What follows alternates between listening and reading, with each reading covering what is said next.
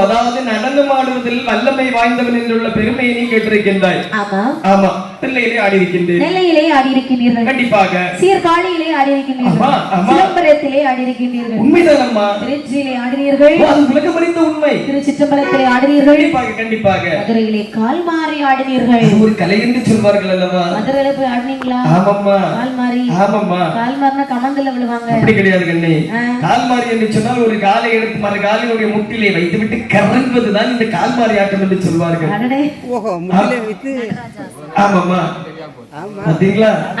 அதுக்கு பேர் என்ன தெரியுமா? நடராஜாசனம். ஆமாம்மா. அது நாலு படிச்சவங்களுக்கு தெரியும். நீங்க படிக்கல இல்லையா? அவங்க படிச்சிருக்காங்க, அவங்க சொல்றாங்க. சரிதான். ஆமாம்மா. சுவாமி, எனக்கு இந்த கால் மாறி ஆடினாங்கன்னு சொன்னாங்க பாத்தீங்களா? சரி. அதுதான் ரொம்ப நாளா ஒரு ஆசை. சரி, அது கூட பரவாயில்லை. இன்னொரு இடம் சொன்னாங்க. ஆமாப்பா. அதாவது சுடுகாட்டுல போய் ஆடினீங்களாமே சுவாமி, இது கேவலமா இல்ல? என்ன? உன்னோடு சண்டை போட்டு விட்டு சரி கேவலம் சுடுகாட்டிலும் சென்று ஆடி இருக்கிறேன். ஏன் தெரியுமாமா? எதுக்கு? இப்போ உள்ள ஆம்பளைங்க எல்லாம் வீட்டுல சண்டை போட்டுறாங்கன்னு வச்சுக்கேன், நேர பார்ல போய் ஒரு வாலிட்டரை போட்டு 2-3 ஆட்டம் அடிச்சு தோத்து தூரப்பட்டு வந்துருவாங்க.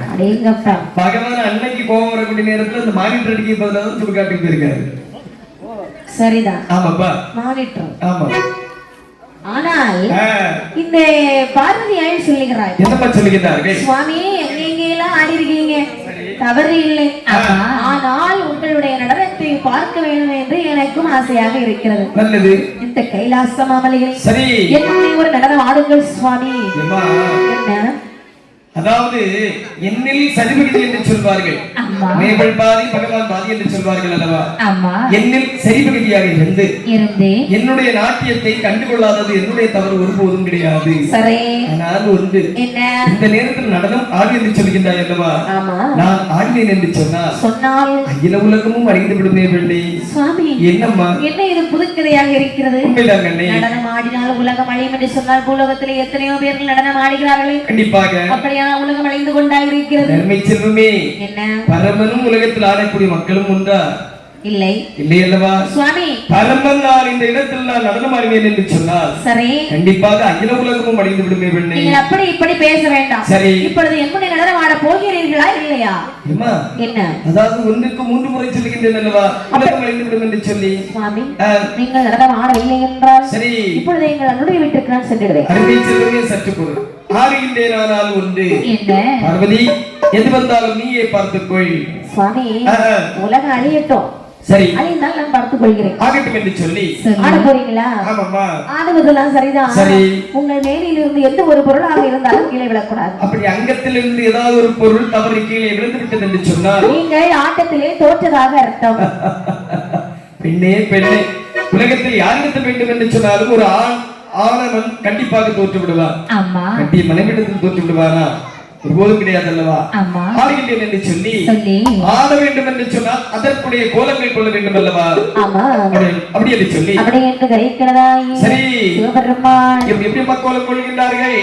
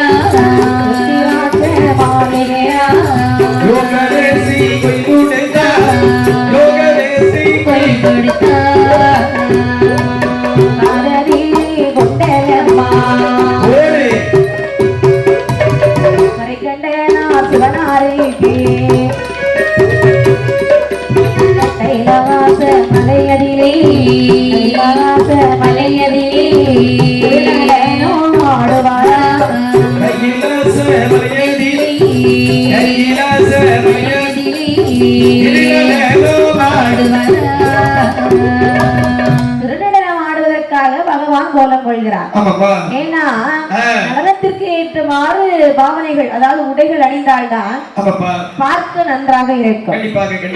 அப்படி என்று காதிலே குண்டலம் அணிகிறார், கழுத்திலே ருத்ராட்ச மாலை எடுத்து அணிகிறார், புலித்தோல் வஸ்திரத்தை எடுத்து அணிகின்றார்கள், சரி பாதத்திலே பாதகுருடன் அணிந்தார்கள், கை விரல்களுக்கு கணையாளி மோதிரம் அணிந்தார்கள்.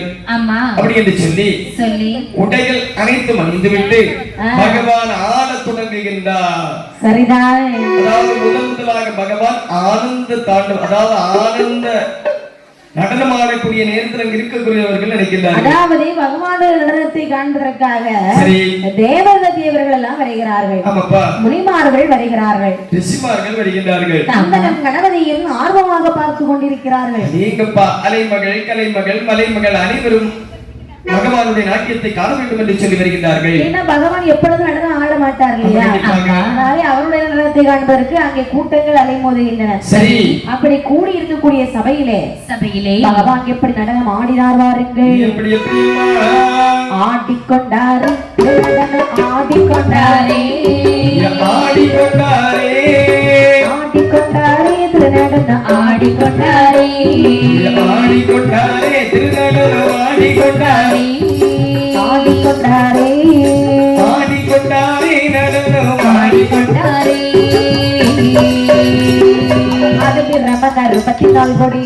ரமணர் 34 கோடி அந்த 1000 சங்கத்தை சொல்லிடு கதமை பொருளானவர் மாயத்தோட சேர்மைத்து அது மட்டுமில்லாமல் பகவான் நடனம் ஆடக்கூடிய நேரத்தில் தேவர்கள் எல்லாம் பார்த்து அப்படியே ரசித்துக் கொண்டிருக்கின்றார்கள். ஆனந்த தாண்டவத்தில் தன்னுடைய நடனத்தை தொடங்கிய பகவான் முதலாக நாட்கணக்கில் ஆடி வருகின்றார். சரி, நாட்கணக்கில் ஆடி வரக்கூடிய பகவான் வாரக்கணக்கில் திங்கள் செவ்வாய் புதன் ஞாயிறு சனி ஞாயிறு சனி திங்கள் செவ்வாய் புதன் அப்படி ஆடிக்கிட்டே இருக்கார். நாட்கள் கடந்து சென்றே இருக்கின்றன. மாதங்கள் ஆகுகின்றது, மாதங்கள் வருடங்கள் யுகங்களாக ஆடிக்கொண்டிருக்கின்றார். யுகக்கணக்கிலே ஆடிய பகவானுடைய நடனமானது அப்படியே தாண்டவமாகவே கணக்கிலாக ஆடிக்கொண்டிருக்கக்கூடிய பகவான் ஆட்டமானது வேகமாக ஆட, அதாவது காதலை அணிந்திருந்தார் மகர குண்டலம், அந்த குண்டலத்தினுடைய திருகாணி அப்படியே கலந்து வருகின்றது. பகவான் நினைக்கின்றார் ஆட்டத்தை நிறுத்திவிட்டு இதை சரி செய்தோம் என்று சொன்னால் பார்வதிடத்தில் நாங்கள் தோற்று விடுவோம் அல்லவா? அப்படி என்று சொல்லி தன் ஒரு கால் பெருவிரலை தரையிலே ஊன்றி மறுகால் பெருவிரலை எடுத்து அந்த திருகாணியை சரி செய்கின்றார்கள். இப்படி சரி செய்து கொண்டிருக்கக்கூடிய நேரத்தில் அம்மையை பார்வையானவள் நினைக்கின்றார். அதாவது இந்த உலகத்தில் ஈகடை பிரம்மதேவனால் படைக்கப்பட்ட ஈகடை எறும்பு முதல் 84 லட்சம் மனிதர்களை படைத்து அதில் இருக்கக்கூடிய ஜீவராசி அனைத்திற்கும் பட்டினி இல்லாமல் படியளந்து விட்டு வரக்கூடிய பகவானுக்கு தோல்வி பயம் வந்து விட்டதை மனைவியை பார்த்து அப்படி என்று சொல்லி ஏளனப்படுத்தி கை கொட்டி சிரித்தாளா? இப்படியாகி சரி கங்காதேவி சிரித்த காரணத்தினால் அந்த பார்வதியானவள் சிரித்த காரணத்தினாலே கங்காதேவிக்கு கோபம் வருகிறது. ஏன்னு சொன்னா ஒரு நாள் இவ இப்படி சிரிக்க மாட்டான். எதற்காக இப்படி சிரிக்கிறாள்? இவள் சிரிப்பது கூட தெரியாமல் இவர் நடனத்தை நிப்பாட்டே மாட்டேங்கிறாரு. ஆனால் நடனத்தை நிறுத்த வேண்டுமானால் அவள் தலையில் இருந்து கீழே குதிக்க வேண்டும். அதாவது பார்வதியானவள் சிரிக்கக்கூடிய நேரத்தில் பகவானுக்கு கடும் கோபமானது வருகின்றது. கடும் கோபமானது வரக்கூடிய நேரத்தில் பகவானுடைய நாட்டியமானது ருத்ர தாண்டவமாகவே மாறுகின்றது. ருத்ர தாண்டவமாகவே மாறக்கூடிய நேரத்தில் ஜடையிலும் மகுடத்தில் அமர்ந்திருந்தாலவா கங்காதேவி ஆனவள் நிலை குலைந்து தடுமாறி கீழே விழுந்ததாகவும் சொல்லுகின்றார்கள். ருத்ர தாண்டவன் சொல்லி கை காலு கண்ணு மூக்கு தெரியாம ஆடுறது. அந்த நேரத்தில் அவருக்கு ஜடை அப்படி பின்னி சிந்தக்கூடிய ஜடை கொலைய கங்காதேவியானவள் திடீரென்று கீழே குதித்து விட்டாள். கங்காதேவியானவள் கீழே குதித்த மாத்திரத்தில் தண்ணீர் மயமாகவே ஆகின்றது. ஆமா, உலகமே அழிந்து போகிறது. சரி, என்னவெல்லாம் அழிந்தது பாருங்கள். என்ன சொல்லம்மா? மலை ஏழு கடை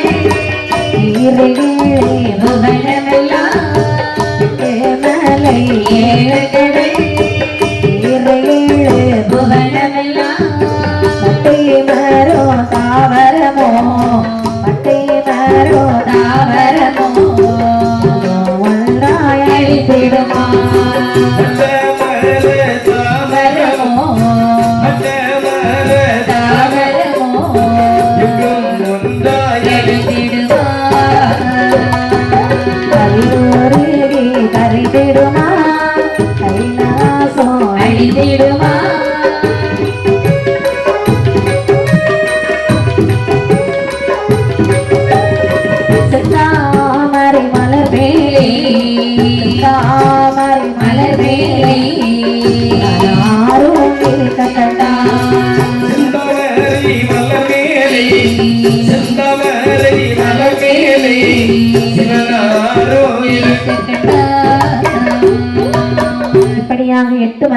திருக்கடல் 14 உலகமும் மட்டை மரம் தாவரமும் எங்கு வந்தா அழிகிறது.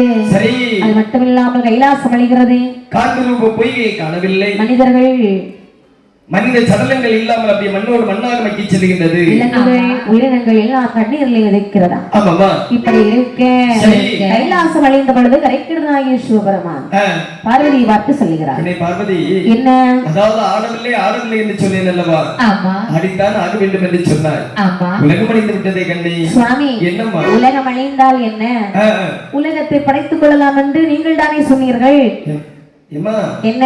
அதாவது உலகத்தை படைப்பதற்கு நான் சொல்லவில்லை, உலகம் அழிந்துவிடும் என்று சொன்னேன். நீ கேட்கவில்லை. பார்த்துக் கொள்வேன் என்று சொன்னேன். கண்டிப்பாக நான் பார்த்துக் கொள்கிறேன் சுவாமி. சரி, இதை பாருங்கள் என்று சொல்லி கையில இருக்கக்கூடிய கணையாளி என்று சொல்லக்கூடிய மோதிரத்தை கழற்றினாள். சரி, அப்படி கடலிலே வீசி எறிகிறாள். வீசி எறியக்கூடிய நேரத்தில் அதாவது கீழ் கடலிலே சென்று வேரூண்டி மேலே ஒரு செந்தாமரை இதழானது அப்படியே வந்து மலர்ந்துதான். அடேங்கப்பா, கடல்ல செந்தாமரை பூ. அந்த காலத்துல கடல்ல செந்தாமரை பூத்திருக்குன்னு சொல்லியாச்சுன்னா யாராவது நம்புவாங்களா? ஒருத்தர நம்ப மாட்டாங்க இல்லையா? உடனடியாக அதிலே ஒரு மலரானது வர அந்த மலரதிலே ஒரு திட்டையானது அமைத்து அந்த திட்டையிலே பரமனும் பார்வதியும் அப்படி அவதரித்துக் கொண்டார்களாம். மற்றுள்ள தேவாதேவர்கள் கைலாசவாசிகள் யாவரும் அந்த இதழ்களிலே அமர்ந்து கொண்டார்களா? சரி, இப்படி இருக்க சரி, அழகாகவே கருடையாழ்வான் நினைக்கிறான். வைகுண்ட லோகத்தை ஆண்டு வரக்கூடிய கருடையாழ்வான் என்ன நினைக்கிறார்கள்? சிவதரிசனம் கண்டு எவ்வளவு நாட்கள் ஆகிவிட்டதல்லவா? அவள் சிவதரிசனம் காண வேண்டுமே என்று சொல்லி சரி அழகாக பறந்து சென்று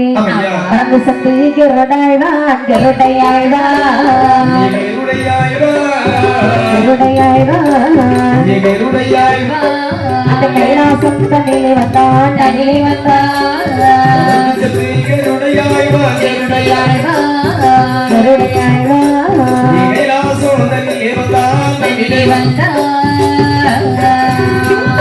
செந்தாமரை மலர் மேலே அவனாரும் இருக்க கண்டான்.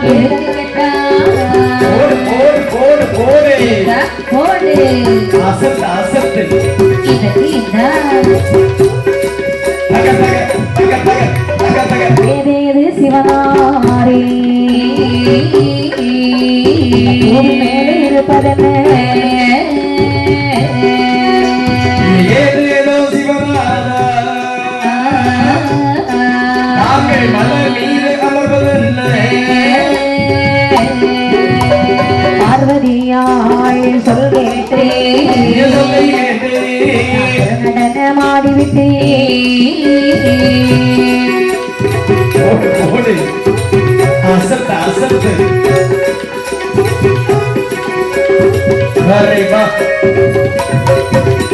அசத்து நடனோ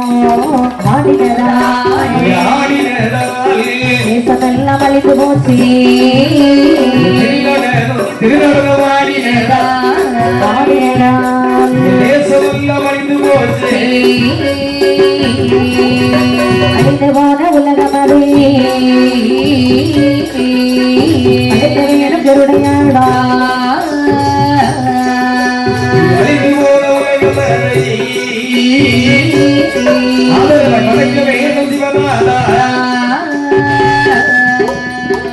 கருடையாழ்வான் சிவதரிசனம் காண வேண்டும் என்று கைலாசத்தை நாடி அப்படியே பறந்து வருகிறார். மார்க்கமாகவே பறந்து வரக்கூடிய நேரத்தில் கைலாசத்தை காணவில்லை, பொய்கையை காணவில்லை, தேவர்களை காணவில்லை, முனிமார்களை காணவில்லை. மனதிலே நினைக்கிறார். என்னடா இது? பார்த்தாலும் தண்ணீர் மயமாக இருக்கிறது. கண்டிப்பாக சற்று கூர்ந்து கவனித்தான் அல்லவா? செந்தாமரை மலரிலே சிவனாரும் பார்வதியும் இருக்க கண்டார். மனசு தாங்கல்ல, நேர பறந்து பகவானுடைய அருகிலே வந்து கேட்கின்றார். என்ன சுவாமி, என்ன உங்களுக்காய் இந்த நிலைமை? சுவாமி, இந்த மலர் மீது அமர்வதற்கு காரணம் என்ன பகவானே? என்னப்பா இந்த கதையை ஏன்பா கேக்குறேன்? ஏன் சுவாமி? கைலாசமலையிலே நான் அமர்ந்திருக்கும் போது இந்த பார்வதி என்னை நடனம் ஆடச் சொன்னார். சரி சரி, மனைவி கேட்கிறாளே என்று நடனம் ஆடிவிட்டேன். நடனம் ஆடினவுடனே பார்த்தவள் சும்மா தானே இருக்கணும். கண்டிப்பாக கையை குட்டி கலகலவனை சிரித்தாள். சரி, கீழே குதித்தால் உலகமே அழிகிறது. அழிந்து விட்டது. சுவாமி, என்ன அழிந்த உலகத்தில் ஏதாவது உபாயகம் எண்ணி வைத்து தங்களுக்கு ஆக வேண்டியது இருக்கின்றதா? உபாயகம் தானே நிச்சயமாக. என்ன சுவாமி? அழிந்து போன உலகத்திலே அழியாத மெய்ப்பொருளாக ஏதாவது உன் கண்களுக்கு தெரிந்தால் உடனே நீ எடுத்து வர வேண்டும் ஆகட்டும் என்று சொல்லி இரடையாழ்வான் சரி பறந்து சென்று இரடையாழ்வான் பரப்பை எல்லாம் தேடுகிறான். அங்கே என்ன கண்டான் தெரியுமா? சுரபி சிந்தா மணிக்கடலில்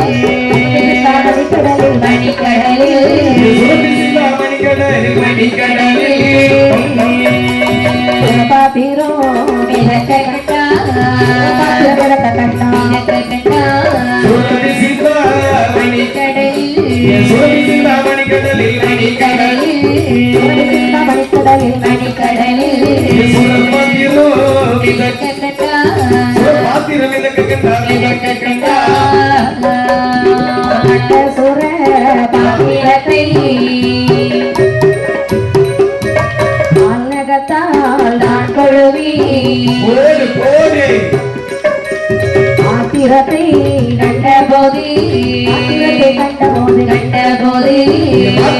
கண்டபோது எது செய்தார் எது சொல்வார்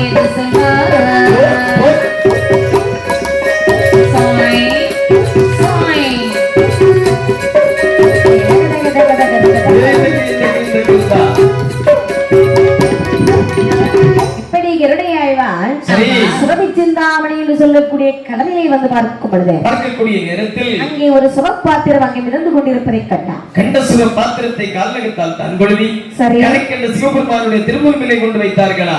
ஆமா ஆமாப்பா. பாத்திரத்தை கண்ட பொழுது பகவான் மனமகிழ்ந்தார். சுவாமி என்ன அழிந்து போன உலகத்தில் அழியாத மெய்ப்பொருளின் நோய் இருக்கின்றது இந்த சிவப்பாத்திரம். பரவாயில்லையே, நான் சொன்ன நேரத்திற்குள்ளாக நல்ல பாத்திரத்தை எடுத்துட்டு வந்துட்டேன். கண்டிப்பாக சுவாமி. சரி, நீ அமர்ந்து கொள், உனக்கு இன்னும் வேலை இருக்கிறது. சரியா அப்படி என்று சொல்லி பகவான் அந்த பாத்திரத்தை திறந்து பார்க்கிறார். திறந்து பார்க்கும் பொழுது பாத்திரமோ ஒன்று, அறையோ இரண்டு. உள்ளிருந்த ஒரு ஆணும் ஒரு பெண்ணும் வெளியே வர கண்டார். அப்படியே மனமகிழ்ச்சி கொண்டு கேட்கிறார், இருவேரும் இந்த பாத்திரத்துக்குள் இருந்து வருகின்றீர்கள் அல்லவா? நீங்கள் வந்த கதையை கொஞ்சம் கூற முடியுமா? சுவாமி, அதாவது என்னுடைய பெயர் தான் வள்ளுவர். சரி, இதோ இருக்கின்றாள் அல்லவா, இது என்னுடைய மகள் திருமகள். ஆமா. அதாவது என்னுடைய வேலை என்ன வேலை தெரியுமா? என்ன வேலை? விவசாயம். சுருக்கமாக சொல்ல போனால் இந்த தோட்டக்கிருஷி வேலை என்று சொல்வார்கள். சரிதான். நான் என்றும் தோட்டக்கிருஷி வேலை செய்து கொண்டிருக்கக்கூடிய நேரத்தில் மதிய வேளையில் என்னுடைய மகளானவள் எனக்கு கஞ்சி கொண்டு வருவது வழக்கம். அதாவது என்றும் கஞ்சி கொண்டு வருவது போல் என்று கஞ்சி கொண்டு வரக்கூடிய நேரத்தில் காற்று அடிக்கவில்லை, மழை பெய்யவில்லை, மின்னல் மின்னவில்லை, சாரல் அடிக்கவில்லை, மேகம் கருக்கவில்லை, ஐயோ இடி இடிக்கவில்லை. ஆனால் ஒன்று, என்ன? காற்றாற்று வெள்ளம் மற்றும் கரை புரண்டு வந்தது. சரி, உடனடியாக கொண்டு வந்த கஞ்சியை கீழே கவிழ்த்து விட்டு என்னுடைய வலிமையால இந்த பாத்திரத்தை சற்று பெரிதாக்கி அதை இரு ஊராகவே சமைத்து ஒரு அறைக்குள் நானும் ஒரு அறைக்குள் என்னுடைய மகளும் அவதரித்துக் கொண்டோம். சுவாமி, இதுதான் நடந்த காரியம் ஐயா. அப்படியா? ஆமையா. சரி வள்ளுவரே, அதுவும் சரிதான். சரி, சந்தோஷம் தான். அதாவது உலகம் அழிந்து விட்டது. கண்டிப்பாக. நீங்கள் இப்ப இருக்கக்கூடிய இடம் எது தெரியுமா? எங்கப்பா? கண்டுபிடிக்க பார்க்கலாம். எங்கப்பா? பார்க்கக்கூடிய நேரத்தில் எதுவும் தெரியவில்லை அல்லவா? தெரியவில்லை அல்லவா? புதியதாகவே காட்சியளிக்கின்றது. இதுதான் கைலாசம். எங்கப்பா? நான் தான் பரமசிவன் என்றார், உங்களுக்கு தெரியுமா? ஆண்டவா, என்ன தங்களா பரமசிவன்? ஆமா. தங்களை பார்க்கக்கூடிய நேரத்தில் பரமசிவன் என்று தெரியவில்லை அல்லவா? உலகம் அழிந்து விட்டதப்பா. சரி, அதனால இப்படி இருக்கிறேன். சரி சரி, உங்களுக்கு போன யுகத்திலே நீங்கள் தகப்பனும் மகளுமாக வாழ்ந்திருந்தீர்கள். சரி, அப்படிதானே? ஆமாப்பா. அந்த யுகம் முடிந்து விட்டது. இனிமேல் புதிய உலகம் நாங்கள் படைக்க போகிறோம். நல்லது சுவாமி. அந்த புதிய உலகத்தில் நீங்கள் எப்படி வாழ வேண்டும் தெரியுமா? இப்ப வள்ளுவரே, அதாவது புது உலகத்தில் தாங்கள் எப்படி வாழ வேண்டும் என்று சொன்னால் எப்படி? இந்த உலகத்து மக்களுக்கு இன்று முதல் தாங்கள் கல்விக்கு தந்தையாக போக கடவுது. அப்படியே ஆகட்டும். எம்மா திருமகளே, என்ன? அதாவது இந்த உலகத்து மக்களுக்கு அனைவருக்கும் நீ செல்வத்திற்கு அதிபதியாக சென்று வாழ்ந்து வருவாய், சென்று வா. அவ்வாறே செய்கின்றோம். ஆகட்டும் என்று சொல்லி சென்று வா என்று சொன்னால் நாங்கள் இப்பொழுது எங்கே போக வேண்டும்? இப்ப உடனே ஏறிட்டு பார்க்கக்கூடிய இடத்துல இருந்தவரையும் காணல. மறந்துட்டாங்க. ஆமாப்பா, ஏன்னா அதான் கருணையே கருணை. சரிதான். ஆகட்டும் என்று சொல்லி கருடனை பார்க்கிறார். மீண்டும் கருணையை பார்த்து என்ன சொல்லுகின்றார்கள்? கருடையாழ்வா, ஆண்டவா, ஐந்து போன உலகமதை உலகமதை கருடையாழ்வா, கருடையாழ்வா, கருடையாழ்வா, கருடையாழ்வா, உலகமதை உலகமதை மறைய வேண்டும் கருடையாழ்வா, கருடையாழ்வா, மறைய வேண்டும் கருடையாழ்வா, கருடையாழ்வா, கடலில்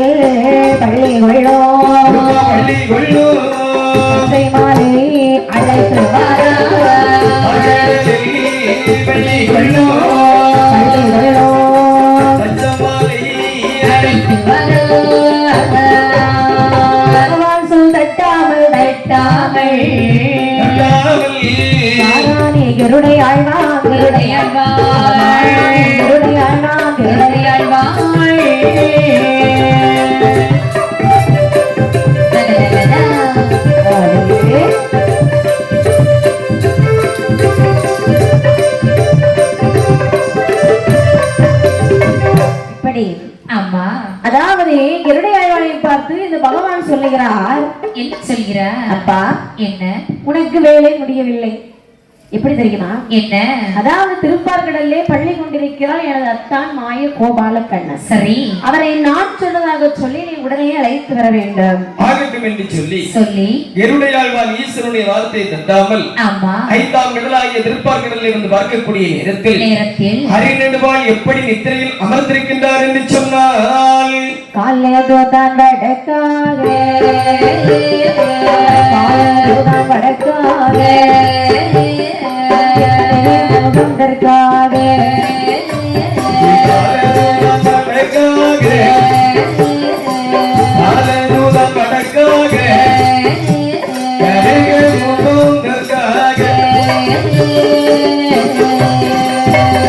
மேல் திசைக்கு முகமாக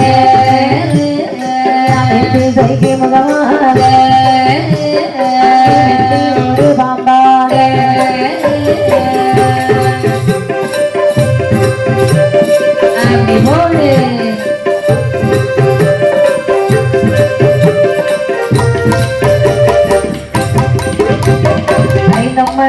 யாதவர் போய் யாதவர் போய் அவர் உறங்கும் வேளையிலே யாதவர் போய் யாதவர் போய் அவர் உறங்கும் வேளையிலே எழுப்பினாலோ எப்பெருமாள் எழுதினாலோ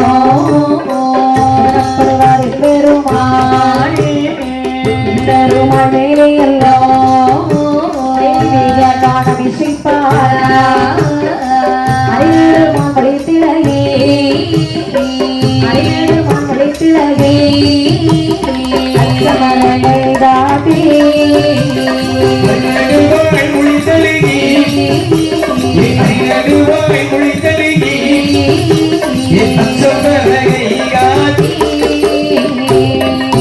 கடல் பொங்கி வந்ததுண்டோ கனகமலை நடந்ததுண்டோ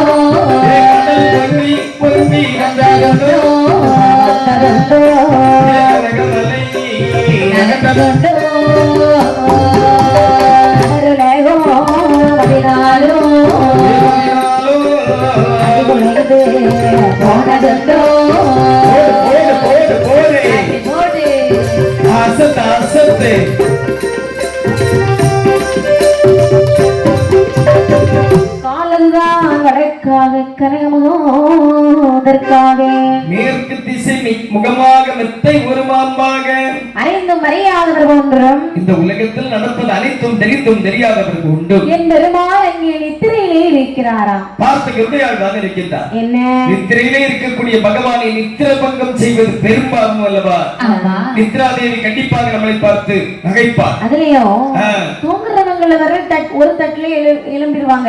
தட்டுதான் எழுப்பிடுவாங்க. ஆமா, அப்படிதானே? தூங்குற மாதிரி நடிக்கிறாங்களே, அவங்க தட்டுனால எழும்ப மாட்டாங்க. கல்லு தலையில போட்டாலும் எழும்ப மாட்டாங்க. நல்லவனா கண்டுபிடிச்சிடலாம். ஆமா சாமி, சபாஸ். ஆமா அவர சபாஸ் போடுறா. ஆமாப்பா, சரிதான். அதான் உண்மை. ஆனா உண்மைக்கு சபாஸ் போடுறது எந்த அர்த்தம்?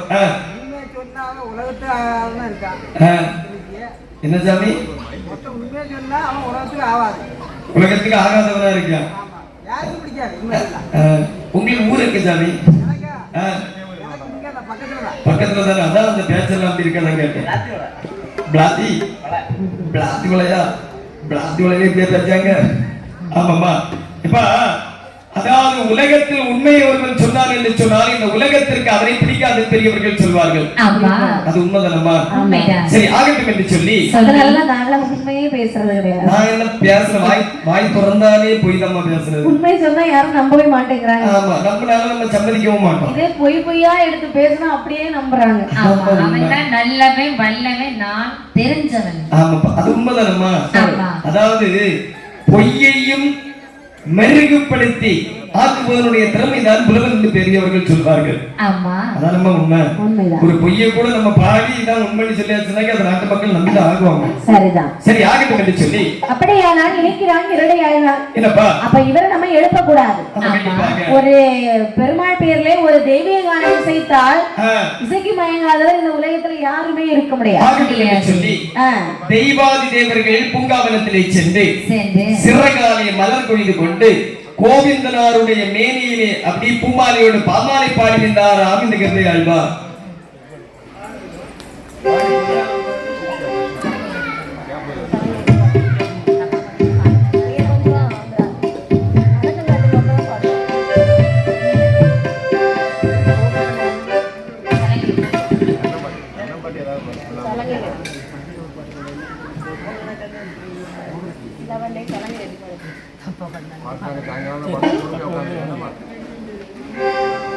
சலங்கை கட்டி ஓடி ஓடி வாராய், இந்த தாமரை கண்ணா ஆடி ஆடி வாராய்.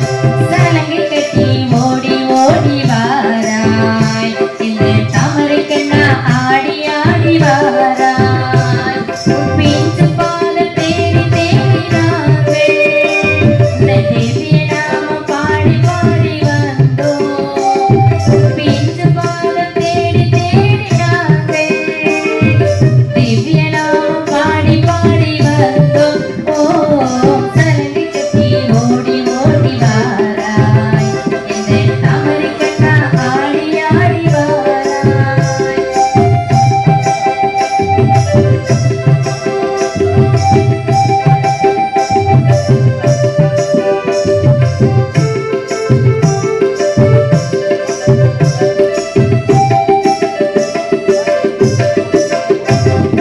ஜீவனி நந்தன ராதா ஜீவன கேசவா ஹரே மாதவா. ஜீவனி நந்தன ராதா ஜீவன கேசவா ஹரே மாதவா. பூதன மர்தன பாவ விநாசன கேசவா ஹரே மாதவா. கோகுல பாலனே ஓடி வாராய், பாலகோபாலனே ஆடி வாராய். கோகுல பாலனே ஓடி வாராய், பாலகோபாலனே ஆடி வாராய். கட்டி ஓடி ஓடி வாராய், இந்த தாமரை கண்ணா ஆடி ஆடி வாராய்.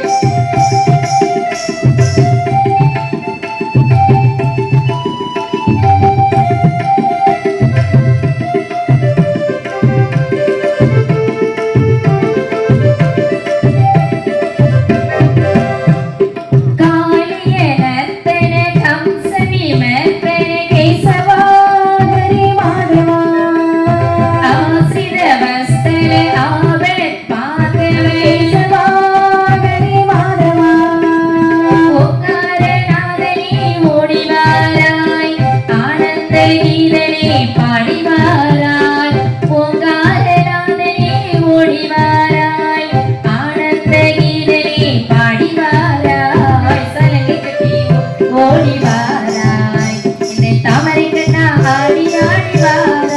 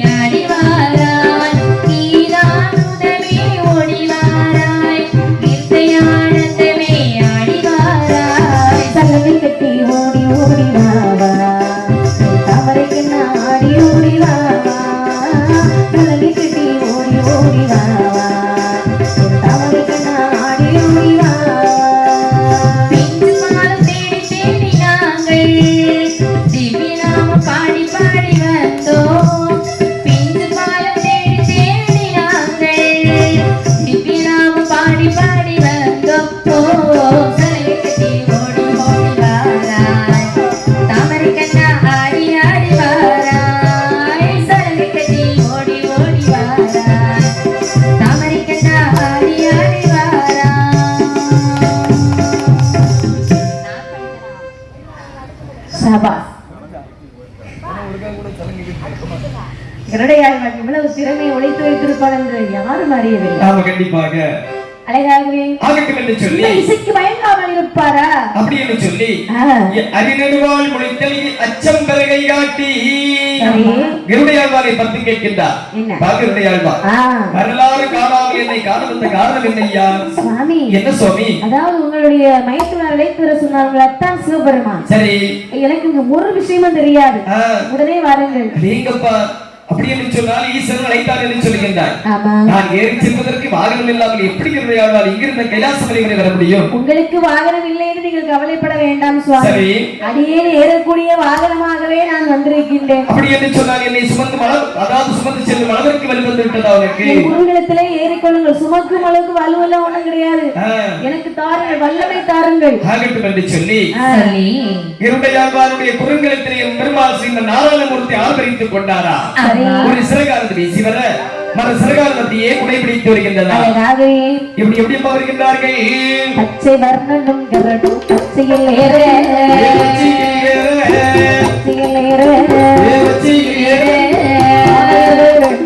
பாடியாடவே பாடியாடவே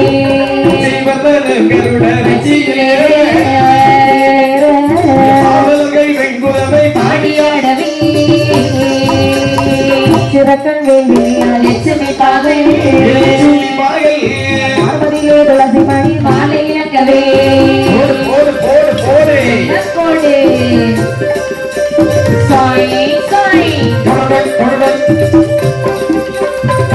கையிலாசமரை உள்ளாக சென்று தலைவோ தாண்டி தந்து ஜெண்டலை தர கையிலாசமரை உள்ளாக சென்று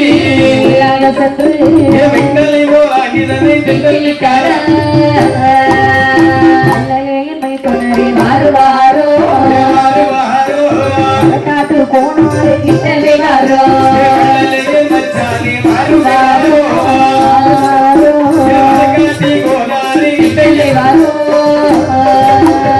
தேச காலமாக நித்திரை செய்து முடித்தவரை இன்றைக்கு வாரோ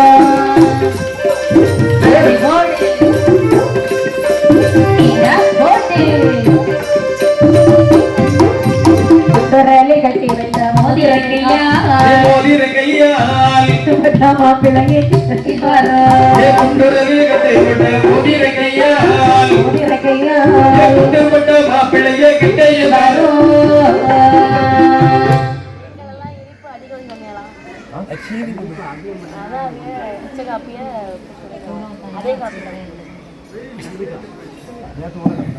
இப்படியாக அதாவது இருவேரும் கைலாச மாமலையிலே வருகிறார்கள். வரக்கூடிய நேரத்தில் பார்த்து கரைக்கின்ற சிவபெருமான் சொல்கிறார், அத்தா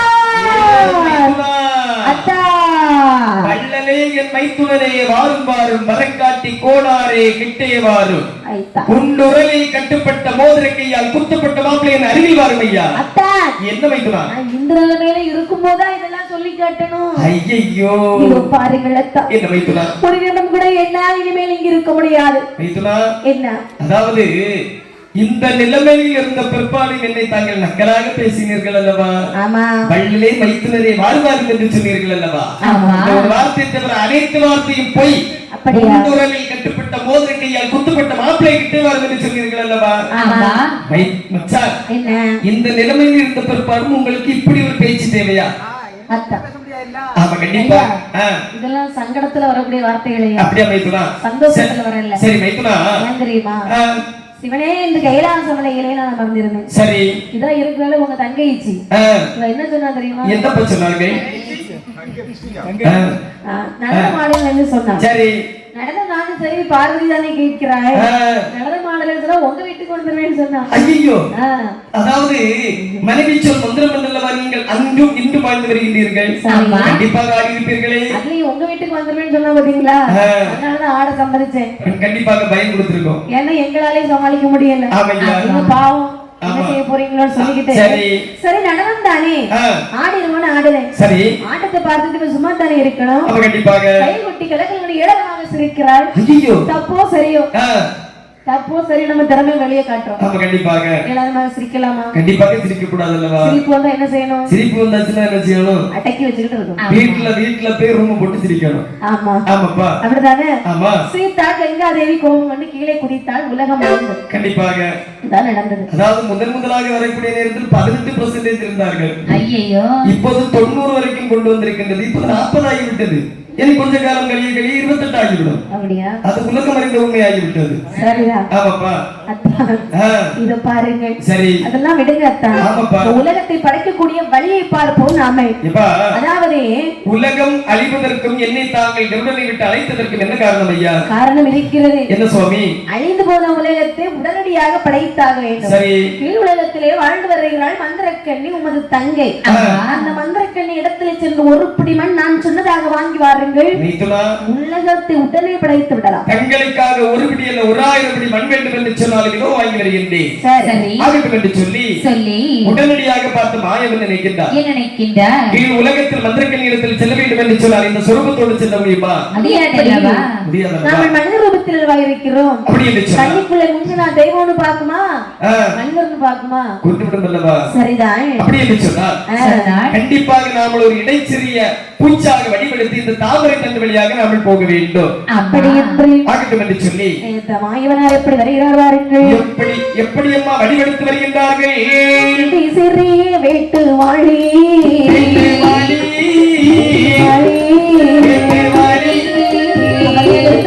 ஒரு சொல்லுவோம்.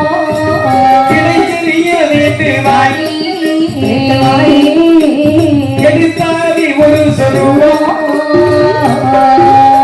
தாமரை தண்டுகளை தாண்டோனாக்கி உலகம் மந்திரத்தின் நீளம் அதிலே மாறாரே மாயவனார். மந்திரகண்ணி மந்திரகண்ணி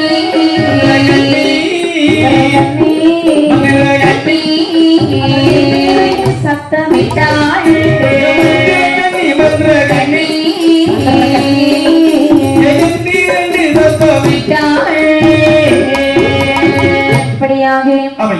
வேட்டுவாளி ரூபம் கொண்டார் மாயவனார்.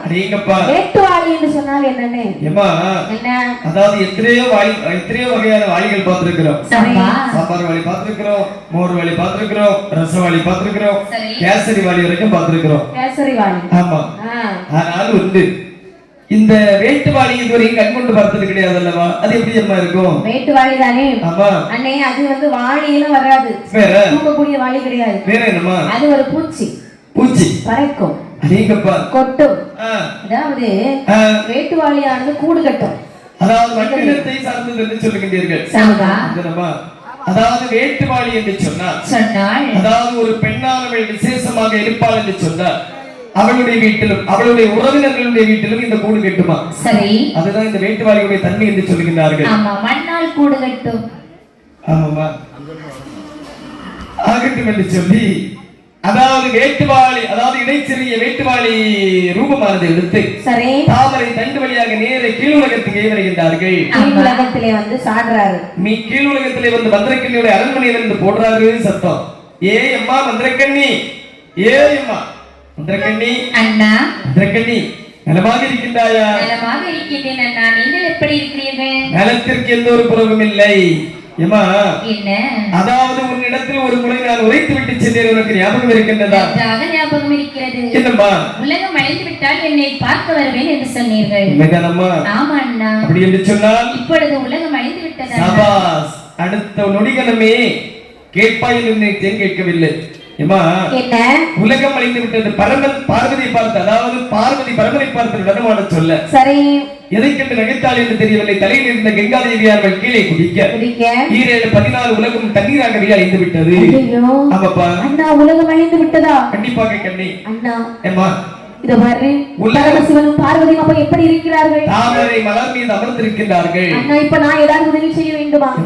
என்ன? உன்னை காண வந்த காரணம் என்னவென்று சொன்னால் என்ன? உன்னுடைய திருக்கரத்தாலே ஒரு பிடி குங்குமம் மண்ணி மந்திரித்து தர வேண்டும். மண்ணா? ஆமாப்பா. உனக்கு இல்லாத மண்ணா? நீ எல்லாம் என்கிட்ட மண்ணு வேணும்னு கேட்கலாமா?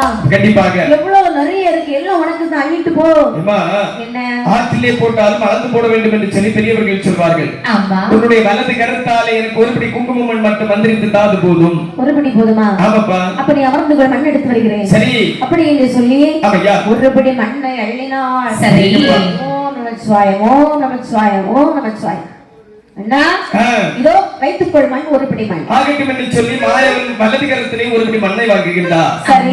வாங்கி மாயவன் நினைக்கின்றார், என்ன ஒரு பிடி மண்ணை வைத்து உலகத்தை படைக்க முடியும் என்று சொன்னார்.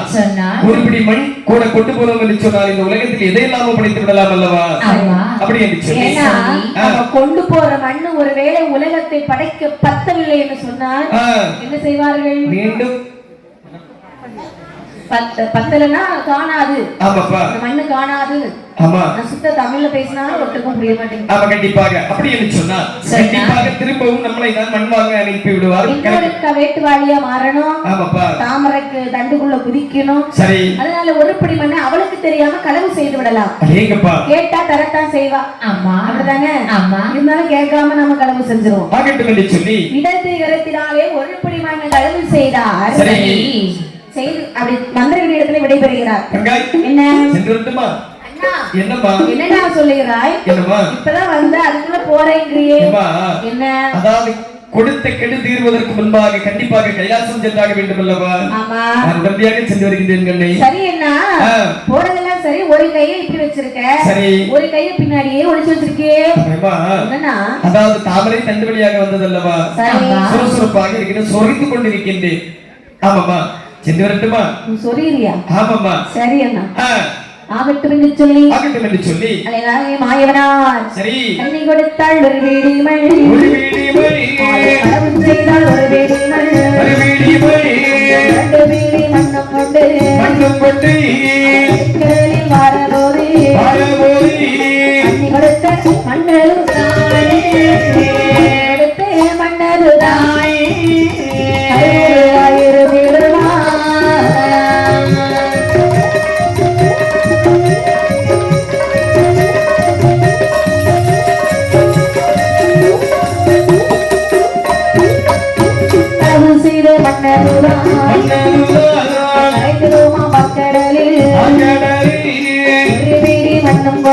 மண்ணும் கொண்டு கைலாசம் வாரபோது மண்ணு தன்னை கண்டபோது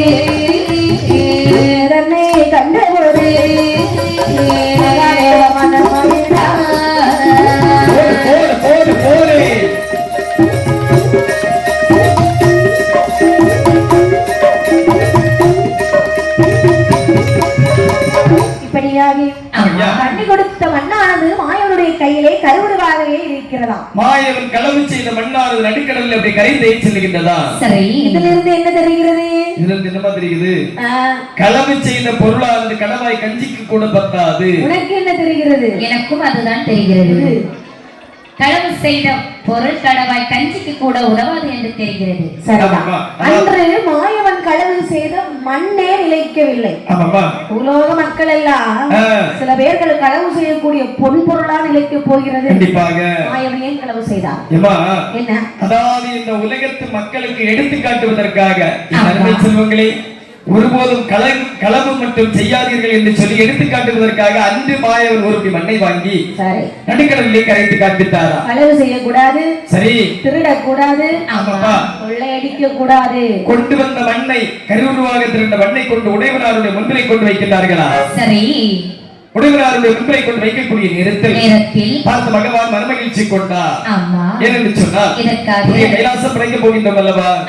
அப்படி என்று சொல்லி கொண்டு வந்த மண்ணை பகவான் வாங்கினார். சரி. இதை செய்தார் தெரியுமா?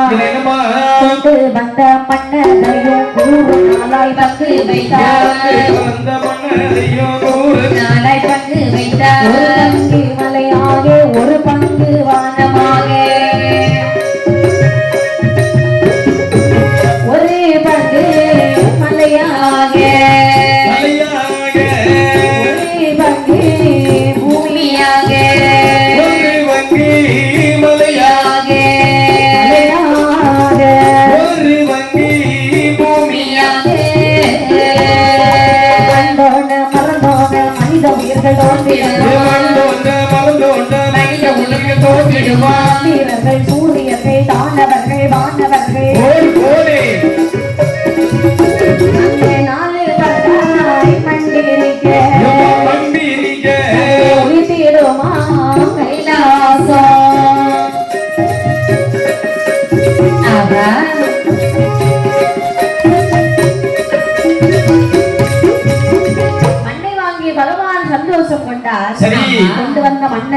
ஒரு நான்காக பிரித்து ஒரு நாளாக பங்கு வைக்கிறாரா? ஏங்கப்பா 4 பங்காய் மண் பிரிக்க நடுவே உதிக்கிறது தானாக தோன்றிய தங்க கைலாச மாமலை. அதற்காக தான் எந்த ஒரு புலவர்களும் புலவிகளும் வெல்முகத்தில் பாடக்கூடிய நேரத்தில் புலவர் சரி அதன புலவி புலவர் புலவி எல்லாம் ஒண்ணுதம்மா. புலவர்னாக்க ஆடவர், புலவி என்று சொன்னால் பெண்ணவர்கள். ஆமாமா. அதே புருஷன்னு சொல்றோம், புருஷினியா சொல்ல முடியும்? மனைவி சொல்றோம், மனைவி கணவன். இதே மாதிரிதான் அது. இது நாளைக்கு ஒரு நாளாந்திரம் அந்த மாதிரி தான் இருக்குது. ஆமாமா. அப்படியா?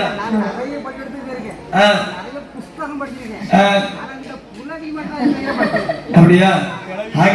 அவர் கிளவி சொல்லுவாங்க, கிழவன் கிளவி என்று சொல்லுவாங்க. ஆமா, கண்டிப்பாக. அப்படி என்று சொல்ல நிறைய புஸ்தகையும் நீங்க படித்திருக்கிறீர்கள், அப்படிதானே? ஓ, புத்தகம் படிச்சிருக்கீங்களா? சரி, எப்பா இப்படி சரி 4 பங்காய் மண்பிரிக்க நடுவே உதிக்கிறது கைலாச மலை. ஆனால் ஒரு பங்கு மலையாக, ஒரு பங்கு வானமாக, ஒரு பங்கு கடலாக, ஒரு பங்கு பூமியாக. ஆமா.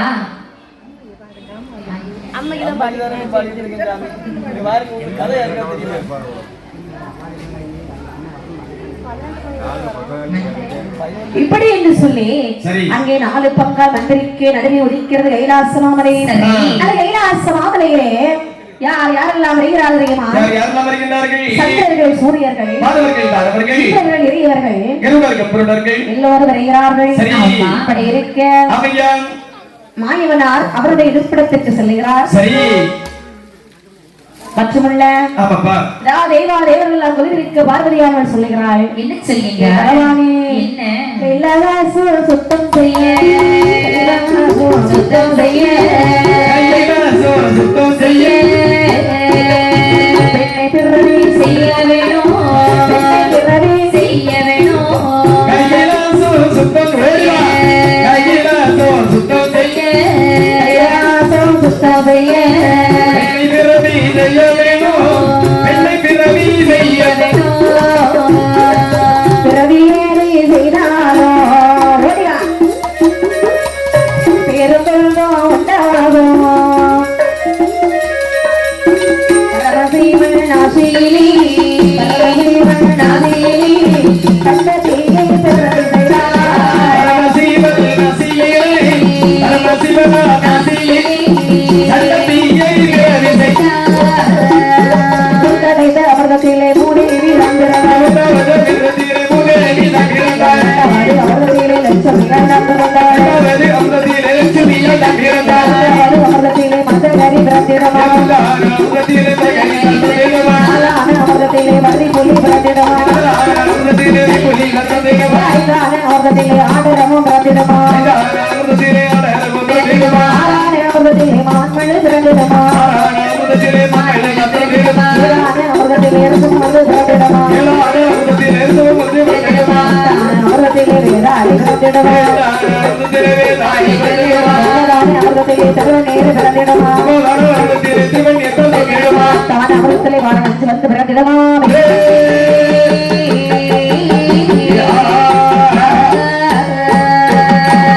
கண்டு கோபம் கண்டு